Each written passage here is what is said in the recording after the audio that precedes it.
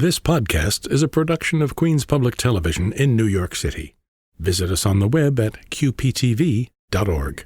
Hey, I'm Mark Bacino, and this is Queens Creative.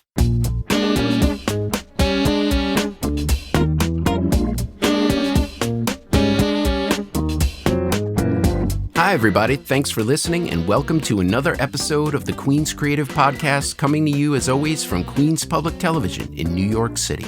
On today's pod, I welcome the Grammy-winning legendary audio mastering engineer and Queens boy made good, Greg Calbi. Over an illustrious career spanning 4 decades, Mr. Calbi has lent his talented ears and skills to a mind-boggling 7,500 and counting album releases, servicing a veritable who's who of the music industry. Throughout the years, Greg has worked with the likes of Bob Dylan, Bruce Springsteen, Tom Petty, Lou Reed, David Bowie, John Mayer, Taylor Swift, and the list goes on and on. Listen in on this episode as Greg and I discuss his Queen's roots, the art of audio mastering, Greg's career path, what it's like to collaborate with a Beatle, and much more. Okay, let's get right into my conversation with the humble and talented man behind the soundtrack of our lives, Mr. Greg Calbi. Hey, Greg, welcome to Queens Creative. Thanks so much for doing this, sir. I appreciate it, and it's great to have you here. Thank you. I'm excited about it. I like representing my former domicile from the 50s and 60s and into the early 70s in Queens, you know? Right. So I wanted to jump right in and ask you the question that I'm sure you've been asked probably 1,000 times, but what exactly is mastering? Because I think the average person probably has no idea of what your job entails. And from my experience, even a lot of musicians are confused about what a mastering engineer does. So could you give us your definition? Sure. Well, mastering is it's in very general terms, it's like the last phase of the creative part of the recording process. So, to explain it in the shortest and clearest way to folks who don't know about it, is that records are made in recording, and then when the recording is finished, then there's the mixing stage. The mixing stage kind of balances everything and kind of creates effects and creates different voicings for the instruments, and they're very super creative, and a mix is finished. And the mastering is, what we do in mastering is we try to enhance the mix to the point where it's the best listening for the listener experience. So it's actually the transition from the studio to the home. And that's kind of the simplest way to look at it. There's many things we do in mastering in that experience. One of them is a sonic enhancement so that it sounds nice and clear and clean, or very more powerful or more vivid. But it could also fix certain things in the mastering. You can fix certain things. You can improve where the vocal is, how the vocal is presented. You can improve how the bass sounds. You can improve where the drums are. So even though you don't have the same power that the mixer has, you can make up for some deficiencies or things that you feel are deficiencies in terms of the listener experience. So you kind of you accept the responsibility from the mixer to kind of take it over the finish line. And typically, the people, it could be the artist who insists on a certain mastering engineer, or it could be the engineer, it could be the manager. It's basically our clients. People say to me, "Who do you work for?" I work for all these different people at different times and in different projects. So mastering, it really is a responsibility, because you're responsible for either preserving something that's already great and not ruining it, which a lot of mastering guys end up ruining it to put their stamp on it, or making sure that it doesn't have any technical problems. So listening clearly to make sure there's no technical problems that affect it later on. So it's a combination of technical and creative, but it's not as creative as mixing is. Mixing really creates like the environment, the sonic environment, where it seems like the music is coming from. But what I can do in the mastering is I can make that experience just a little bit more vivid and more powerful, and just an improvement, just basically improvement. And for people who don't know anything about music production, the best way to think about it is what Photoshop does to photos, where you can see a photo and say, wow, that's really an interesting walrus. Right. And then they put it through Photoshop and go like, wow, that walrus is really cool. Right. Or that, the evening that they shot that walrus was a beautiful sunset or something. You know what I mean? Like taking what they've already done compositionally and enhancing the person's appreciation of that. Right. And still keeping what the photographer really wanted. I have a friend he's a printer. He's an art printer. And it's a really similar thing that he's an analog art printer, meaning he works with ink, color, and position. And the artist will go to him to get a more vivid take on the prints that he's making from the woodcuts that the artist presents. Right. So he's known for getting a nice, clear, vivid a print. Mm-hmm. So I'm trying to explain mastering in terms of visual medium because I think all of us are a little bit more understanding of changes that happen in what we see as opposed to what we hear, which is a little bit more abstract. Right, that makes sense. Yeah, totally. Well, I think that's definitely a good definition of it. Like I said before, I think a lot of people are very confused, but that definitely is a good way to explain it. Now, I thought we'd rewind a little bit and go back in time. You're a local boy, raised in Bayside, and you attended Bishop Riley High School in Fresh Meadows. What was life like for you as a kid growing up in Queens? I just was curious about that. Well, we lived in, when we moved from the Bronx when I was 5 years old, we were up in the Italian neighborhood of an Arthur Avenue section of the Bronx. Okay. And we moved to Queens when, the dark ages before the Long Island Expressway. I mean, when I was a kid, I used to go and watch them build the Long Island Expressway. Oh, wow. The Clearview Expressway wasn't even thought about at that point. It was just a matter of the Whitestone Bridge over to my grandparents in the Bronx. I see. It was very post-war. Everything in that part of Queens and in this part of Bayside, which is south of the Long Island Expressway, not what we call Old Bayside, which was north with a lot of private homes. But this was kind of all new territory. There were vacant lots that we could play in. There were ponds that no longer exist. There was an army base right near Alley Pond Park. There was an army base, a post-war army base. Oh, wow. Where right now the Clearview Expressway and 73rd Avenue meet. So this was the Queens that I grew up in. So it was much more really like a Long Island than it was what people relate to Queens. I know, like when I went to graduate school up in Massachusetts, people heard I was from Queens, and they thought I really was very urban. Right. I grew up and was not urban at all. It was a garden apartment development that was built in about 1949. I think that we came in 1953 and 1954, and it was really brand spanking new. I know it was a tiny garden apartment. I think total of maybe 550 square feet. Wow! But it actually had 2 bedrooms. And my mother, apparently, when my mother saw it the first time, she was so happy she cried because in the Bronx we lived in a 1-bedroom. And my parents slept in the living room, and me and my 2 brothers lived in the bedroom. Wow! So now she had her own bedroom, which was literally a tiny piece of sheetrock away from our room. It wasn't that much. So I don't like to use the word humble because we didn't feel at that point. We felt like we had taken a step forward, a step up the ladder. It was a co-op, and it was a war veterans co-op. So it was all these guys that came back from the war, like Van Morrison said, with love look in their eyes, right? Everybody had 2 kids, 3 kids, 2 kids, 3 kids, and we were the only. There were, I think, 300 families in Bell Park Gardens where I grew up, and I know for a fact, actually, there were only 2 Gentile families, and we were one of them. Oh, wow. The So's and the Calbis, there were the 2 families, and there was 1 black family. Now, I don't know how everybody else was Jewish. Literally, it was 100% Jewish. But my mom was a practicing Catholic, and she really felt that we should get a religious education. So I ended up going to the American Martyrs School, which was right past PS 205, I had all my friends from the neighborhood went to PS 205, and I had to go another 2 blocks, and I got to the American Martyrs School. So I had kind of a very, maybe an unusual or a more diverse education or diverse background. I didn't have a diverse education. But I was kind of a unusual. Didn't realize it in those years, but I realized that I was kind of a square peg in a round hole in both environments, both in the school and in the neighborhood. Yeah, I had a similar experience going to Catholic school.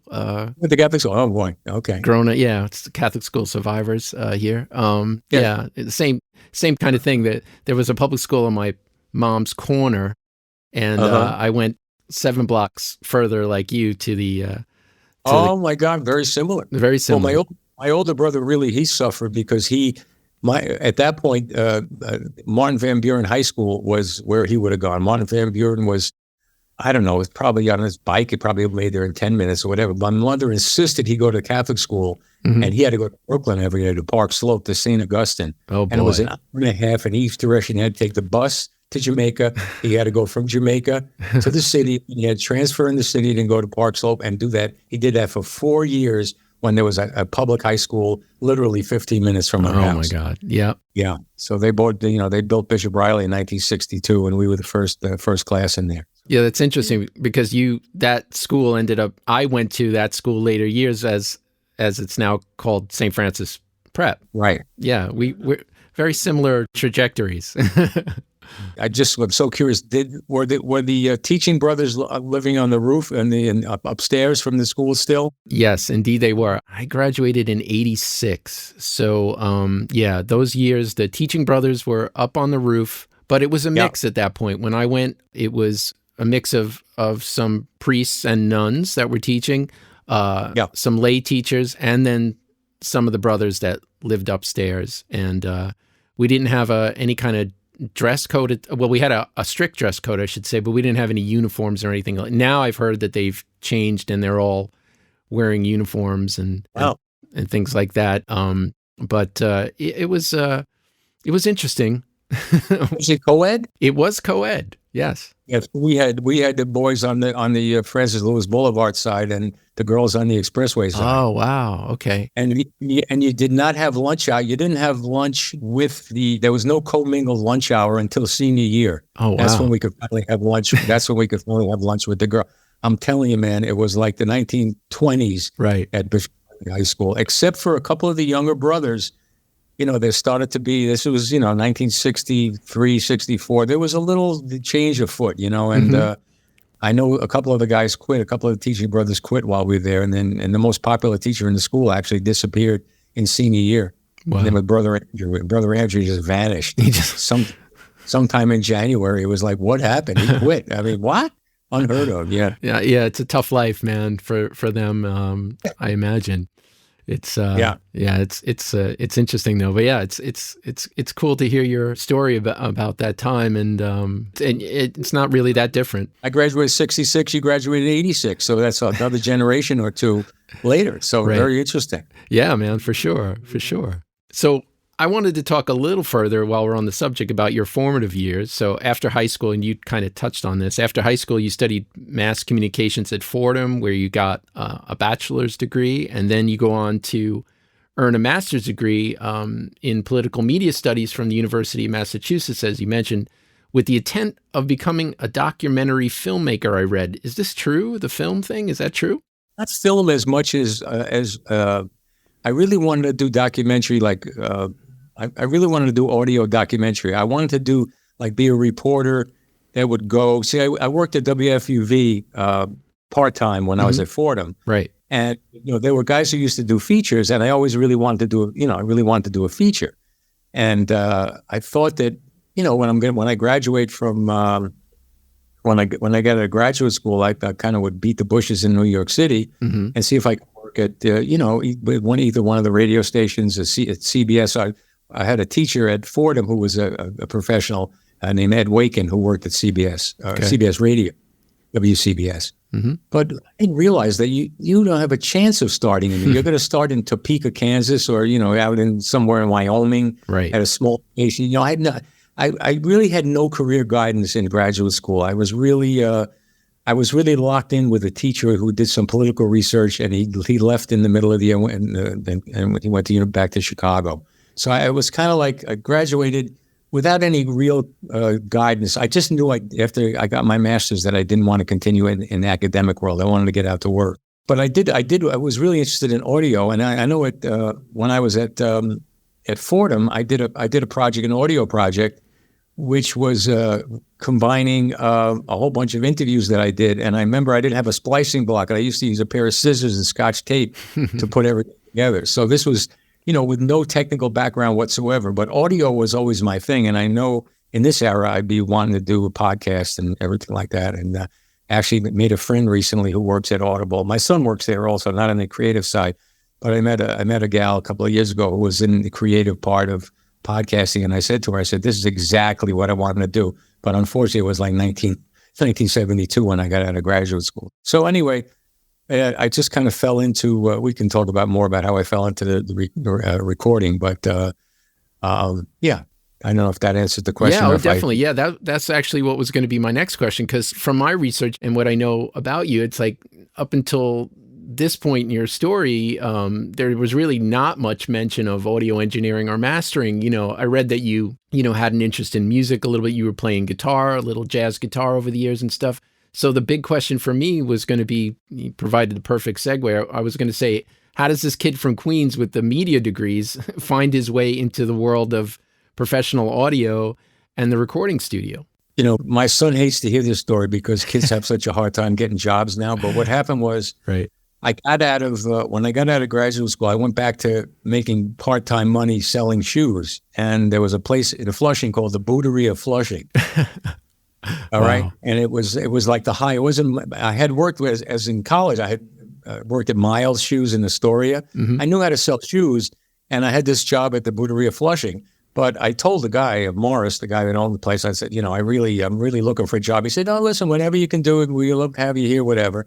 And I went to a party one night, and my friend's sister had a boyfriend named Richie Apuzzo. And Richie, who's from New Haven, Connecticut, he worked at a recording studio. So I was like, you work at a recording studio? I never met anybody who worked at a recording studio. Wow. So I said, well, who works at the studio? He said, well, Alice Cooper is there and John Lennon's there all the time. I said, John Lennon? I was like completely fanboy, like completely out of control. And sure. I said to him, if you ever need anybody, if you ever need any help, I said, I have a job, but I could take off. So let me know if anything comes up. So right after that, my friend who brought me to that party, he was hired on the remote truck to do some truck driving to some concerts, pretty much local ones. And then, I don't know, no more than 3 or 4 weeks after he started, my friend called me up. He said, Richie called and they need another guy. Do you know how to drive a truck? And I said, yeah, I drove a truck all during college. My father-in-law was my ex-father-in-law was a waterproofing contractor. I could definitely drive a truck. They said, well, if you want to work, we can go down to Duke University. Yes is doing a show, one of the biggest bands in the world in 1972, right? Sure. Yes is go down, and if you want to drive the truck down there, it's like $50 a day and $15 meal money, I think it was. Right. I said, good to go. Let's do it. So that's going to that party. If I didn't go to that party, right, I'd probably be, whatever. I'd be a journalist, I guess. So maybe I would have been a TV journalist, or maybe I would have a shoe store. Who knows? Yeah, you never know. Right? It's crazy. Yeah, you hear stories like that. That's why, like your son, he doesn't want to hear those, because like those are the kind of stories that you hear from the past that people had opportunities, that stuff just happened like that and then led to just like amazing things, So I think the studio you were talking about was the record plant. So you become eventually, at this point, you work your way from the truck experience and all that, you become an assistant engineer at the record plant in Manhattan, which arguably was one of the most famous recording studios in the world at the time. And you're working sessions alongside audio engineers like, legendary guys like Jack Douglas, Shelley Yakis, Jimmy Iovine. Jimmy Iovine came in after me, and he was a rank assistant when he started. When I worked with Jimmy when he first came in the studio. I got to be friends with him. I had lunch with his parents in Brooklyn a couple of times. Jimmy was not an engineer at that point, but we learned to be assistants together. Oh, I see. He's had an amazing career, and he's made a lot more money than I have. But it's a great memory to see somebody who's been so successful and such a force in our business in his very, very beginning. It was a great education for me, and I've learned so much from watching him. And he also was a really good client of mine when he started to become an engineer producer. And he was very, very loyal and a great, he's really great to me. I've always appreciated that. But yeah, Shelley Yakis and Jay Messina, Jack Douglas, there were guys that nobody ever heard of after that did great stuff. Danny Turbyville used to, like Mountain was there. Mountain was a huge band. Mm-hmm. I would walk into the place, like walking around with tapes and see Malin would be in there, or Lou Reed would be in there, Right. or Allen Ginsberg was there one day. Allen Ginsberg with a whole bunch of hippies and doing, it was, you never knew. And then of course John Lennon was around all the time. So Right. Yeah, I was going to ask you about that too. So you're doing basically assistant work at this point in your career, assistant engineer work. yeah, and then commuting from Queens, a lot of times taking the train. Mm-hmm. I was living in Bayside at the time, so I take the Long Island Railroad, and or take this. Usually if I had enough money, if money was good, I'd take the Long Island Railroad because I lived right by the Bayside train station at that point with my ex-wife. Mm-hmm. Mm-hmm. A lot of Queens in my life up until about 1975. So you're doing assistant engineering. Why do you make the move, or when and why do you make the move from the recording side of things to the mastering world? When and why do you do that? Well, there's another little wacky story about this, because my friend who got me the job to begin with, Mm-hmm. he ended up in the cutting, what we used to call the cutting room. We didn't call the mastering room. Something. Let's just say the cutting room. So he was in the cutting room helping George Marino, who had an amazingly 40-year career. Unfortunately, passed away. Yep. 7-8 years ago or something. But George was an amazing engineer, and George was working on Stevie Wonder, Intervisions, Eda Peach, Allman Brothers. And when I got there, this is the kind of stuff George was doing. Mm-hmm. But George had a dispute with his partner Roy Cicala, who owned the cutting room and the studio, and George just split. So my friend Tom, who was his assistant, he really couldn't do the things with changing all the EQ and doing the lathe at the same time. It was like you had to have 4 hands to do this stuff, and he needed me to come and help him. So I'd be down in a session, do an assistant session. I get a call. Can you come up at 9 o'clock? Just come up for an hour and help me cut these parts. Help me cut the parts, meaning the lacquers for the cutting, right? Right. So I would run upstairs and he'd go, okay, turn this dial, turn that dial. When the song ends, boom, boom, boom. And we kind of started working as a team because he really couldn't do it on his own for a lot of the projects. They were too complicated, the ones he inherited from George. Mm-hmm. So once I was up in that room, I started to see when the engineers from record playing would come up and work with him, they would be very, very insecure because now they're listening in a different listening environment. And all that cockiness that I saw downstairs was now a lot of insecurity when they came upstairs.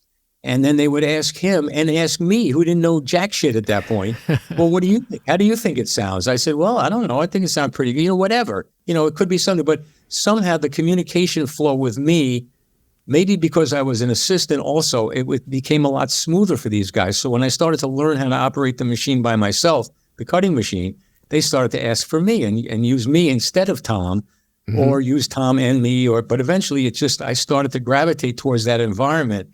And I think that one of the things I liked, having been in graduate school and studying, I wrote a master's thesis. I spent a lot of time in solitary study, all mm-hmm. during my college. I was a student, be in the library for a long time. I liked being in that room by myself. And I also liked when people came in, but I liked I don't know how to describe it, the process of making a record, especially as an assistant.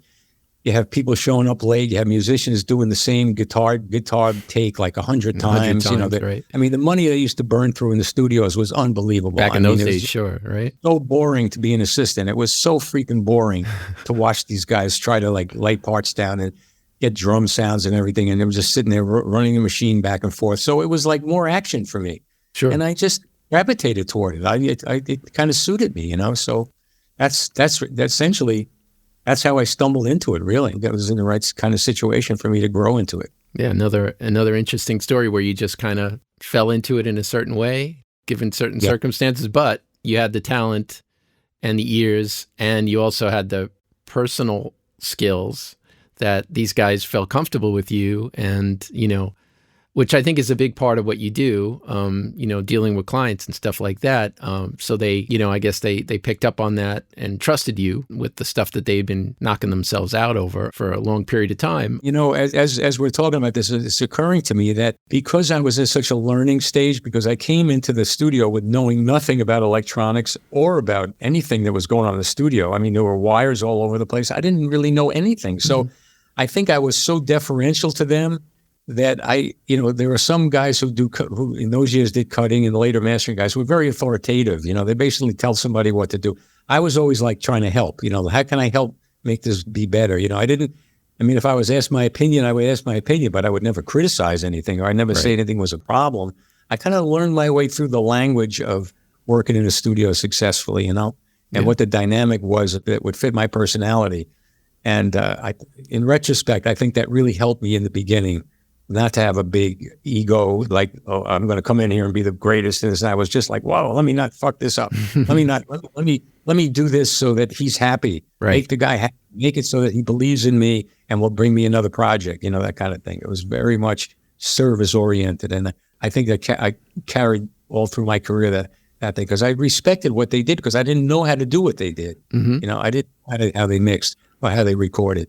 But I've learned over the years from being around it and talking to them. Yeah.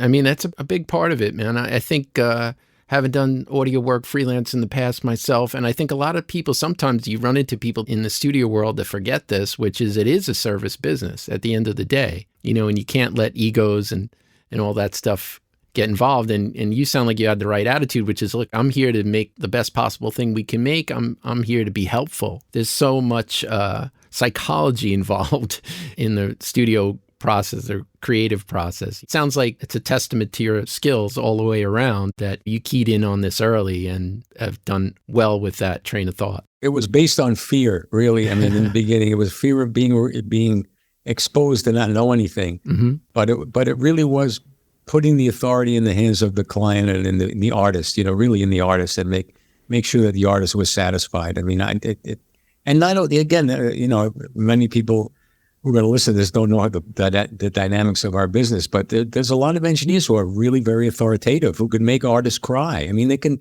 just make you cry. They say it's not good enough, drill them into the ground. You know about this, Mark. Oh, I mean, they could take somebody's confidence away very easily in the studio. People are very vulnerable. For sure. Carries over to the final product too. They're very vulnerable to criticism or to a comment that's going to make them insecure. I mean, even something like I remember years ago, I listened to something, I forget what it was, but it was a song that reminded me of a song that was big at the time. I don't know what it was, but I told this artist, I said, wow, that sounds great. It sounds just like the Van Morrison song. It's like, what song? Oh my God, really? Play that song. I thought I delivered it as a compliment, right? But it actually was not a compliment. It was questioning somebody's originality. Oh boy. So that was I did that.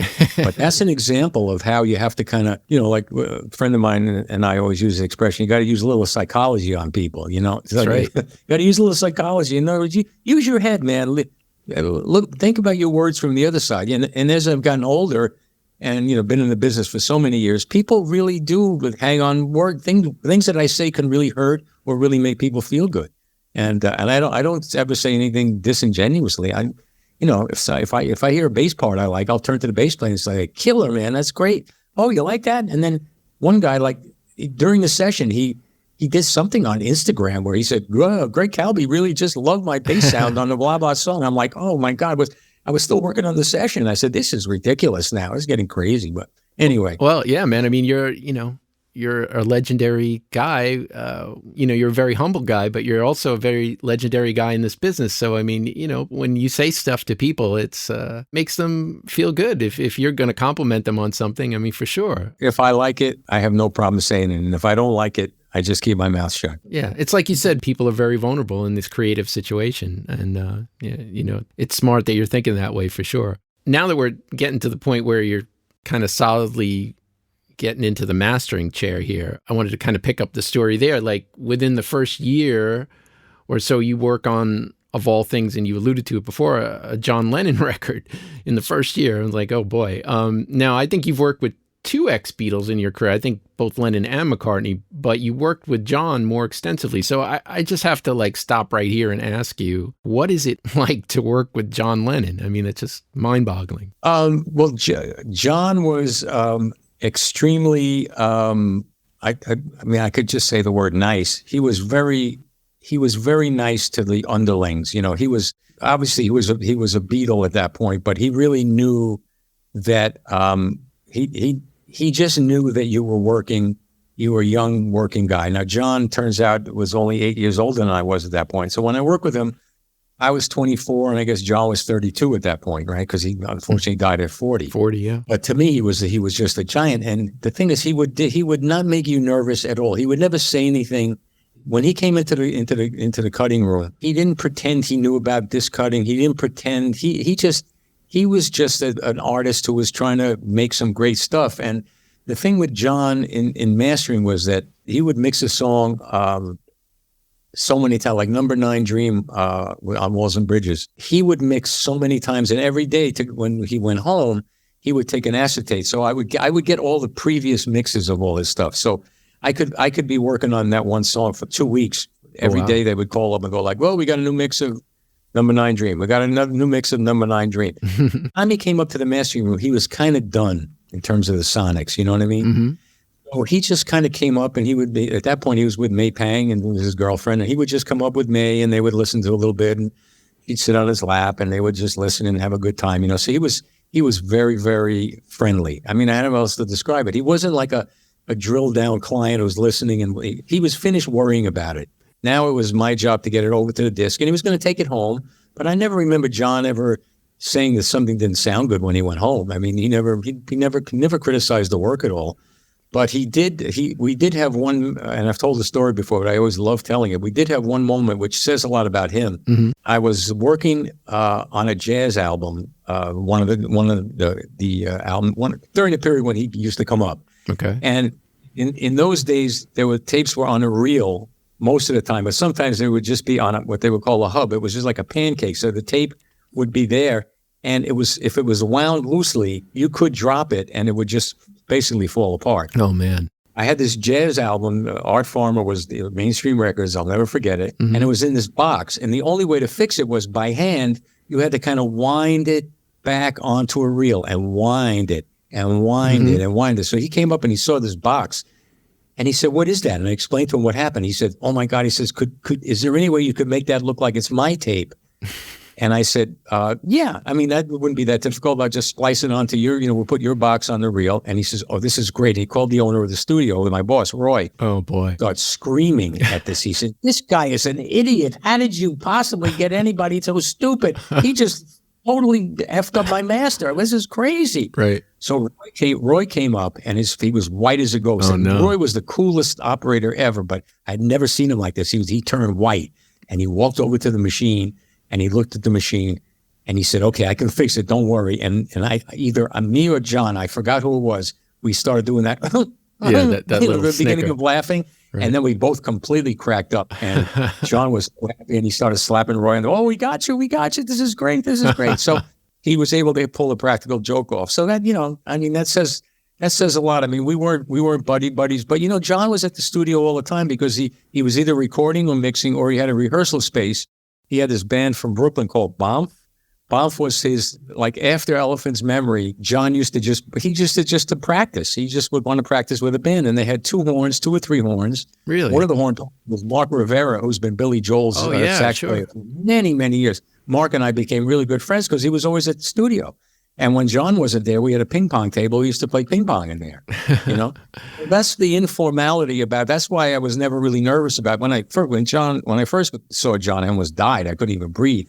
But because he was around all the time, he was not a client. He was not like a client, Right. He was more like a guy who was working there all the time, So It's just like another guy was part of the scenery, but he just happened to be a world famous Beatle. Right.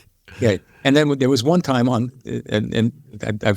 told this story, but I love it so much. He did this album it's basically an oldies album. Right, the rock and roll album. One rock and roll album. And there was a couple of songs on there that he hated, and he did not want them to be on the album. Mm-hmm. And I had heard them, and they really weren't that good. There were a lot of songs on them that weren't great, but he was under a lot of pressure. He had recorded it before in California, and he came back and recorded it in New York. He was fed up with it. And he was on the phone with this guy, Al Khoury, was the head of Capitol at that point.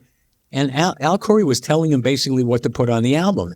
And John started screaming at him. It's like, I never saw John angry. It's like, F you, man, blah, blah, blah. And I just turned and I said to him, I can't believe that somebody would be telling, basically telling like an ex-Beatle, you, what should be on the record. And he says, you've got no idea how miserable these guys are. It's just like, just riffing about the music business. And I just, he's like another guy working, it's kind of very, very weird. He was also very self-conscious about his voice, because I always wanted to make his voice a little louder on the cuts. And he was, oh, rubbish. That's rubbish. Don't make that louder. It's terrible. I said, John, it's great. What are you talking about? It's great. He said, all right, leave it. Whatever you think. It doesn't matter. Imagine telling somebody who was the Beatles, like, to have confidence in what they did is like, wow, John. It's amazing because everybody, it humanizes them, because it's like, everybody who sings or does knows that feeling, and it's good to hear that somebody of his stature is feeling the same thing. I love that. I wanted to mention too, I love that I saw it online, that handwritten note that you have from John, right? With the little doodle. Yep. And that was around the rock and roll time, I think that was from. That was on the rock and roll album. I used to have it in the studio for years, and people used to take pictures of it because it says, I trust your ear. Right. And there's a little cartoon that he wrote on it. So I had it in the studio, but then our new studio doesn't have a wall to put it on. Everything is fabric. So I just take it home and I have it over here. I have it right behind me with a picture of me and him. He did this show called Flipside. And that was when I was an assistant. I never have worked with him at that point. And that was just a recording thing that we did for this TV show. And he was, but the picture was taken. So that was good. Listen, I was really lucky to land, life is just so weird. This where you land, it's just like somebody drops you off like from a helicopter into something, and you never know where you're going to land. And I just feel bad because some really talented people just never get a chance to work with good artists in my business. They just don't. I mean, the good artists don't work in the places that they work, and they have to really fight their way to get into a place where their work is recognized, And one of the things I tell young people all the time, man, if you're in a place and it's not happening and you're not doing work that people are hearing, follow your nose, man. Get to where the good stuff ever happened. This is what Jimmy Iovine, he knew from scratch. Get on the projects that are good. Don't be humble. Don't think you can't do it. You can do it. Just get in the room with them. Get in the room. Get to know them. Right. And I tell people, just try to use your musical sense to try to figure out what has a chance. And don't constantly do favors for friends who have bands and spend 2 years with something that no one's going to hear. I mean, you have to be that way. It's a tough business, but it's changed a lot. We can get into that in another conversation another time. You know it because you live it. Yeah. It has changed a lot, but that's sound advice. It's really true. Like, don't waste your time on stuff that in your heart is not happening, or you're not getting the chance to do what you want to do. That's a smart thing to talk about, especially for people coming up, for anybody really at any level. Now, I wanted to ask you too, I know you work with McCartney as well. We're on the Beatle topic. I was just curious if you had any experience working with McCartney. I think you worked on the Flaming Pie record, I think it was. Yeah, but I never have worked with Paul one-to-one. Okay. Jeff Emmerich on a bunch of projects. And Jeff Emmerich was the Beatle engineer on so many of the fantastic albums. And he passed away a few years ago, one of the sweetest guys that I ever met. And he really trusted me and believed in me, and it meant a lot to me. So he brought me to Flaming Pie. And I never worked with Ringo or George either, but Ringo did get on the phone with me one time. Oh, really? And I forgot what record it was, but I don't think it was a whole album. I think it was one tune that he did, and he was kind of joking about it. I said, it was some kind of conversation, like it's an honor to talk to you or something like that. And he said, well, thank you very much, but he actually wanted a favor. He wanted me to move forward a little bit. So if they figured, call Greg directly and maybe it'll happen. I wish I remembered more, but that's the only contact I had. George Harrison, I never met either, but I did get a chance to do a Sgt. Pepper album that never came out. It was right around the time that it was the 20th anniversary or the 30th. I'm sorry, of Sgt. Pepper, and had just passed away around that time. And Paul did not want to have to promote Sgt. Pepper at that point. He was really in mourning, so it never came out. But I did a version of Sgt. Pepper that never came out, that I actually had copies of and gave to a lot of friends, and they always said it was one of the best ones. That Jeff Emmerich loved it. Oh wow! And it was really a thrill to see the tape come in my room with a guy who had a briefcase, and he never left the room. And when we went to have lunch, he took take the tape off the machine and he put it in the briefcase and he took it with him. And then lunch was over, he came back. He didn't let it out of his sight for a minute. Wow. And on one of the compilations, there's a picture of the tape box of Sgt. Pepper. And in those days, the engineer would sign in and sign out. And the last person that signed out was me. Oh, wow. The great GC with my initials. And I was, so I've, a huge Beatle fan over the years. going back to my brother and I with Beatle wigs on, like, pretending with Beatles in 1964, Right. To have anything to do with John, and a lot to do with Yoko too. I worked with Yoko quite a bit. Oh, really? With Oh, Yoko cool. after John died. Yeah, it was an album called Milk and Honey. Sure. And it was the outtakes from from the album that they did right before he died. Right. Yeah, and then Yoko came in, and I hadn't seen her before, and she actually was always really nice to me. Yoko, she was a little, she was, I mean, the beat. It was funny on the Beatle film that we just saw. There was something about them never sharing their food. I don't know. You probably saw the whole thing, right? Oh, there was yeah. a thing about the Beatles. They never shared their food with engineers, and Yoko was the same way. And I worked with her one time from 10 in the morning till midnight. She was still there, and she sent for a Hershey bar. She sent her person Sam home to get a pillow and a Hershey bar. Oh, my God. And she had the big 5-pack, the big Hershey bar. And she must have ate half of it by herself. She never said, "Greg, do you want a piece of chocolate?" Greg, do you want a piece of chocolate? That's when I saw the thing on TV that they never share their food. I go, okay, well, part of the Beatle culture, I guess. Yeah, it's weird, It's man. funny. That is weird. Yeah. Oh, my. I have little vignettes, I have people have told me I should write a book, but it would just be a book of little vignettes about people that, a lot of the young folks now don't care about, don't know about. But everybody's writing a book now, right? Everybody from 60s, 70s. And Man, I think you should do it. I mean, that was going to be actually one of my final question really to you is like, maybe if you could give us a career highlight story or just maybe one or two standout memories from favorite projects that you've been involved with. Now I know that's like an impossible question to put to someone who's worked on like Springsteen's Born to Run and Dylan's Blood on the Tracks, just to name two of, a million iconic records that you've had your hands on. But could you maybe give us a few of those thoughts, on the memories that are particularly special to you? Yeah, I mean, I always say Graceland, when Roy Halley came in with Graceland, I think that was one of the most interesting sessions. Roy was very generous with talking about how the record was made. And it's worth anybody who's interested in Paul Simon and or recording to talk about, to read about how that record was made, because it is one of the most brilliant, conceptually brilliant and musically brilliant albums of all time. And to have been included in that is fantastic. But that as far as a career highlight, I would say working with Roy on that. And the funny little aside, which was that I thought it had a little bit too much of the low bass, and Roy said it was fine. And then many years later, Roy said to me, I think you were probably right. We probably should have rolled off a little bit of the low bass. And that one kind of sticks out in my mind. Right. There's another one that in a whole different era. There's John Mayer. It's a John Mayer album. Sure. It's called Continuum. Yeah, great record. I love that record. Continuum was a really challenging and interesting project because part of it was mixed on 1-inch 2-track, which was kind of became like a little bit of a fad in some studios for a while. Mm-hmm. And the album just sounded so amazing. That's always been one of my proudest ones. And it was like weaving two different mixers together, two fantastic mixers, Michael Brower and Manny Marroquin. Right. Two mixers. Steve Jordan, one of the people I have most affection for of all the people I've worked with. Steve brought that to me. And a couple of years later, we did another one for John Mayer, I think called Battle Studios. And I think that was the name of it. Battle Studies. That was it. Yeah.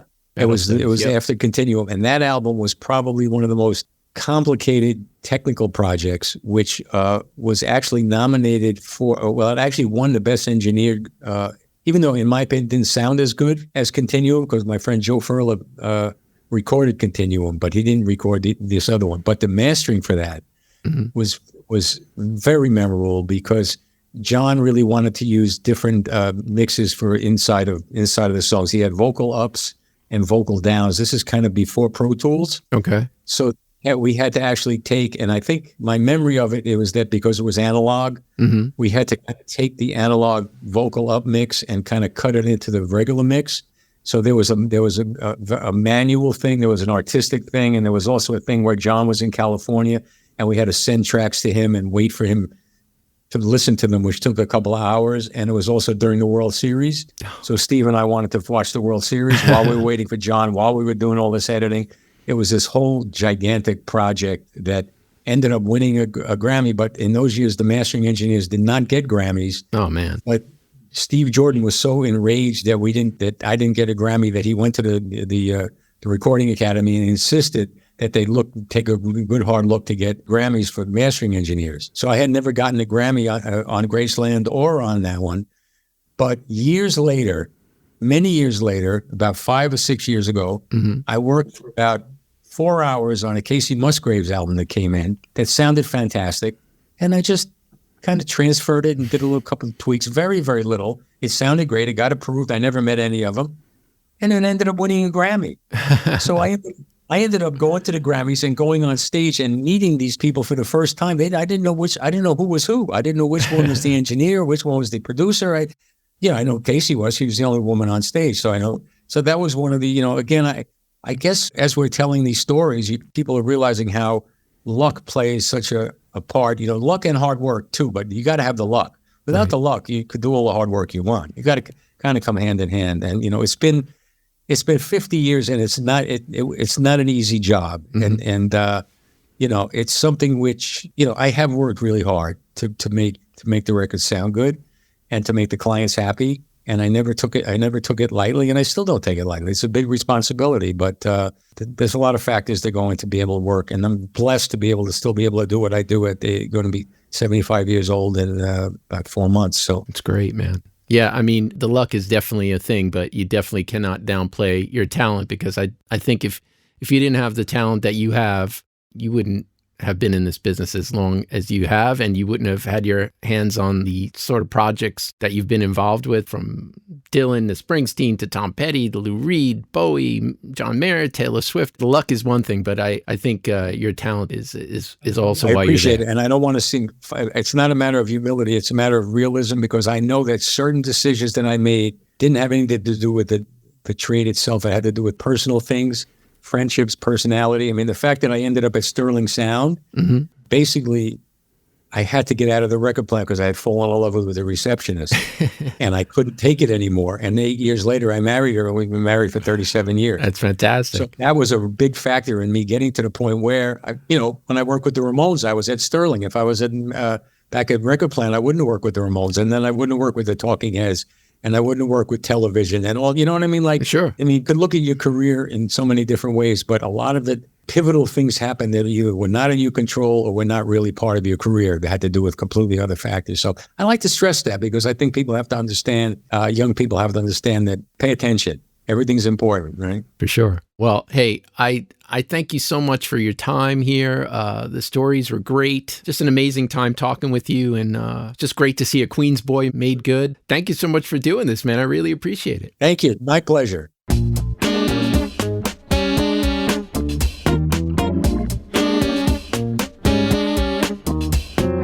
Big thanks to Greg Calbi for visiting Queens Creative and sharing his story with us.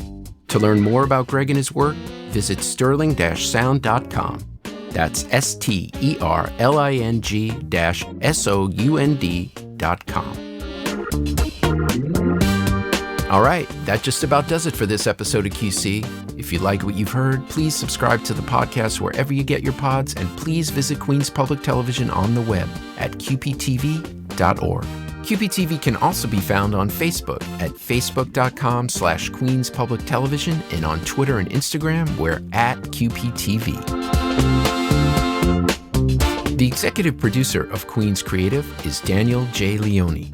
Queens Creative was produced, written, recorded, and mixed by yours truly.